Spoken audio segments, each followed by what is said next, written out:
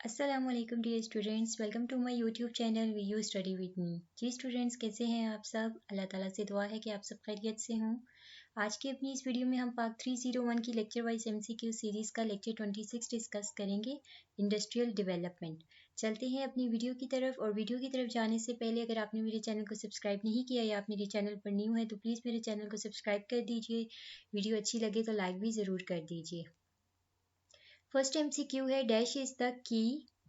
ठीक है, इसलिए यहाँ पे की के dash is the key to economic development and overall prosperity. ठीक है, तो ये क्या है? इंडस्ट्रियलाइजेशन है। की किसकी? इकोनॉमिक डेवलपमेंट की है। Dash is the backbone of a strong and stable economy. Industrialization is the backbone of strong and stable economy. Dash provides raw materials and so input for industry and output is the finished goods. Agriculture, ठीक है, agriculture क्या देता है, क्या provide करता है? Raw materials. Industrialization improves the quality of life, reduction in poverty, provide employment facilities. ये तीनों चीज़ें जो है वो क्या चीज़ इम्प्रूव करती है? इंडस्ट्रियलाइजेशन। ठीक है, ये आपने याद रखनी है। नेक्स्ट चलते हैं, in dash Pakistan inherited very small industrial infrastructure. अब ये किस ईयर में था? 1947 में। बहुत एक छोटा, मतलब इसका जो इंफ्रास्ट्रक्चर है इंडस्ट्रियल्स का वो बहुत ही स्मॉल था।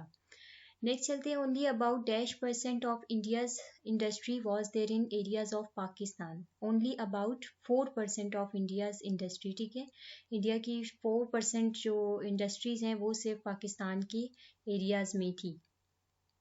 नेक्स्ट है, industrial development board was formed in 1948। ये आपने याद रखना है कि इंडस्ट्रियल डेवलपमेंट बोर्ड कब वजूद में आई थी, कब पाई गई? 1948 में। इसके बाद ये कुछ एब्रीविएशंस हैं, ये आपको मैंने जितने भी लेक्चर्स पहले भी प्रोवाइड किए हैं उनमें मैं हमेशा कहती हूँ कि एब्रीविएशंस लाजमी किया करें, क्योंकि एब्रीविएशन से भी रिलेटेड आपको एमसीक्यूज आते हैं। और कोशिश करें कि आप लोग शॉर्ट लेक्चर्स भी ज़रूर लीजिए, बल्कि शॉर्ट नहीं, यूनिवर्सिटी के ही लिए, क्योंकि उसमें से भी आप लोगों को वीडियो लेक्चर में से भी कोई एमसीक्यू जो है वो पेपर में आ जाते हैं। ठीक है, और बाकी ये है कि मैंने जो अपनी ये सीरीज़ आप लोगों को प्रोवाइड कर रही हूँ इसमें A to Z आपके हैंड आउट से जितने भी स्टेटमेंट, जितने भी एमसीक्यूज बनते हैं वो तमाम मैंने आपको इस फाइल में प्रोवाइड किए हैं। और इंशाल्लाह आपके क्विज़ेस की तैयारी भी इनसे हो जाया करेगी, आप लोगों के एग्ज़ाम्स की तैयारी भी इंशाल्लाह इससे बहुत अच्छी हो जाएगी।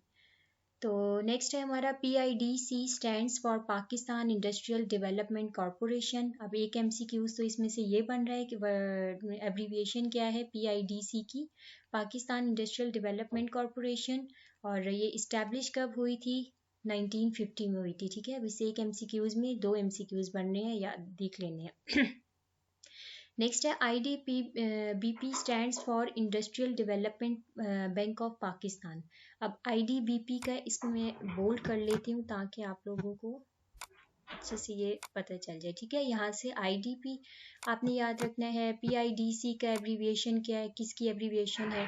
अब यहाँ पे IDBP stands for Industrial Development Bank of Pakistan was set up in 1961। ये भी अब आपके यहाँ पे 2 MCQs हैं। ठीक है, एक तो एब्रीविएशन है और दूसरा ये डेवलप कब हुआ था? 1961 में हुए थे। नेक्स्ट चलते हैं, MCQ नंबर 10 है, डैश प्रोवाइडेड लोन फैसिलिटीज और industrial projects at sessional rates to middle and small investors. अब इसमें से कौन सी है? IDBP, एब्रीविएशन इसकी क्या है? Industrial Development Bank of Pakistan. ये क्या करता था? लोन की फैसिलिटी भी प्रोवाइड करता था और इंडस्ट्रियल प्रोजेक्ट के भी, मतलब चाहे वो स्मॉल इन्वेस्टर है चाहे मिडल है, इंडस्ट्री के प्रोजेक्ट के लिए भी लोन जो है वो प्रोवाइड करता था ये बैंक। डैश वॉज, ये MCQs में आ सकता है आपको, ठीक है, याद रखना है। Dash was establish to give loans and credit facilities including foreign exchange facility. अब यहाँ पे ये देखिए, ये फॉरेन एक्सचेंज आप लोगों ने याद रखना है कि ये क्या चीज़ इसमें हो सकती है, और ये यहाँ तक हो गया। ठीक है,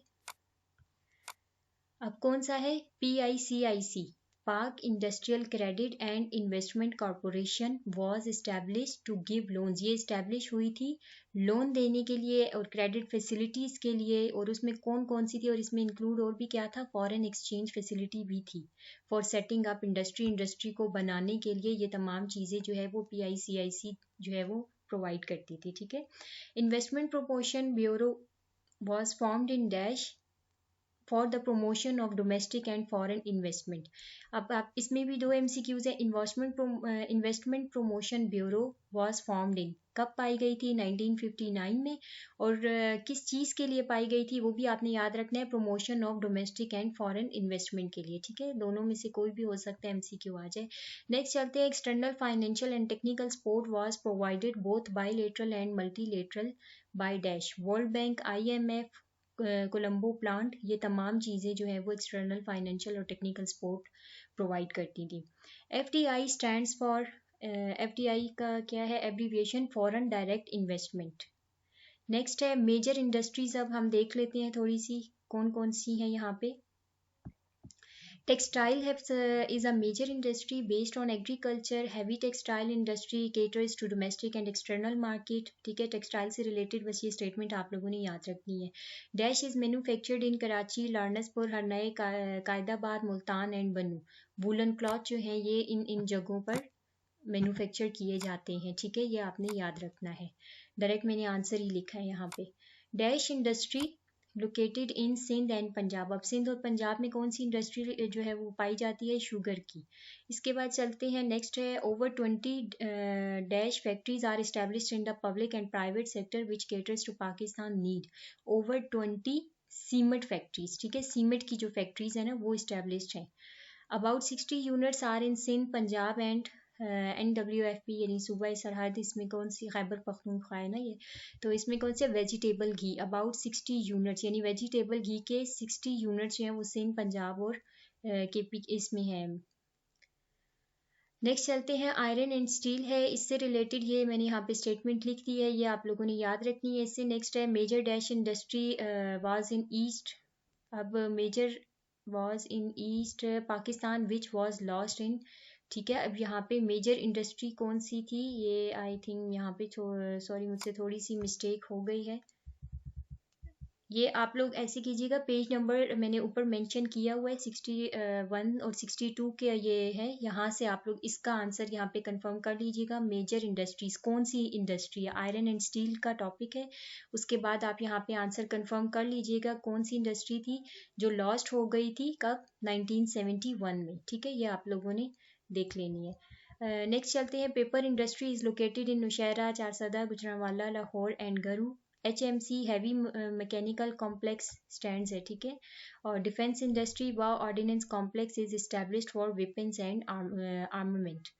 जी स्टूडेंट, ये थे आपके तमाम MCQs जो इस लेक्चर में से बन रहे थे। वैसे अगर इस लेक्चर को हम क्विज़ेस या एग्ज़ाम के हवाले से बात करें तो बहुत इंपॉर्टेंट ये लेक्चर नहीं है, बट एक या दो MCQ में भी इसमें से आपको आ जाए।